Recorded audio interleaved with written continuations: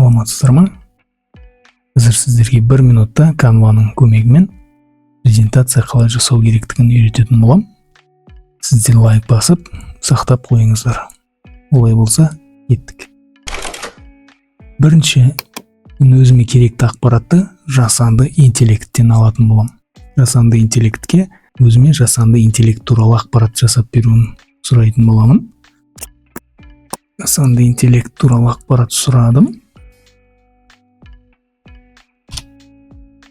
Көптеген ақпараттар тауып берді. Осыны мен қазір көшіріп аламын.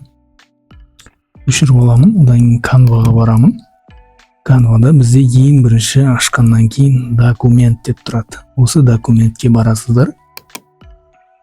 Одан кейін бізге осы жерге документке жаңағы жасанды интеллекттен көшіріп алған ақпаратымызды осы жерге қоятын боламыз. Осы жерге қойып алдым. Енді қараңыздар. Жоғарыда превращение деп тұр. Осы жерді басамыз. Осы жерді басқаннан кейін біз конвертировать формат презентации деген бар. Осы текстімізді біз презентацияға айналдыру үшін дәл осы құралды пайдаланатын боламыз. Осыны басамыз.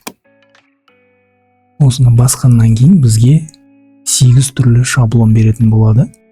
Осы жерден өзіңізге ұнаған шаблонды таңдап аласыз. Мысалы, мына шаблон таңдайын. Одан кейін создать презентацияды басасыз.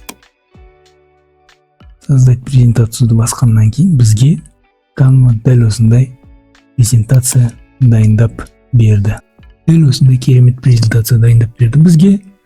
Сіздермен болған лайықты ұстаз жобасы. Бізбен бірге болғандарыңызға рахмет. Лайк басып, арасында қолдап кетіңіздер. Сау болыңыздар.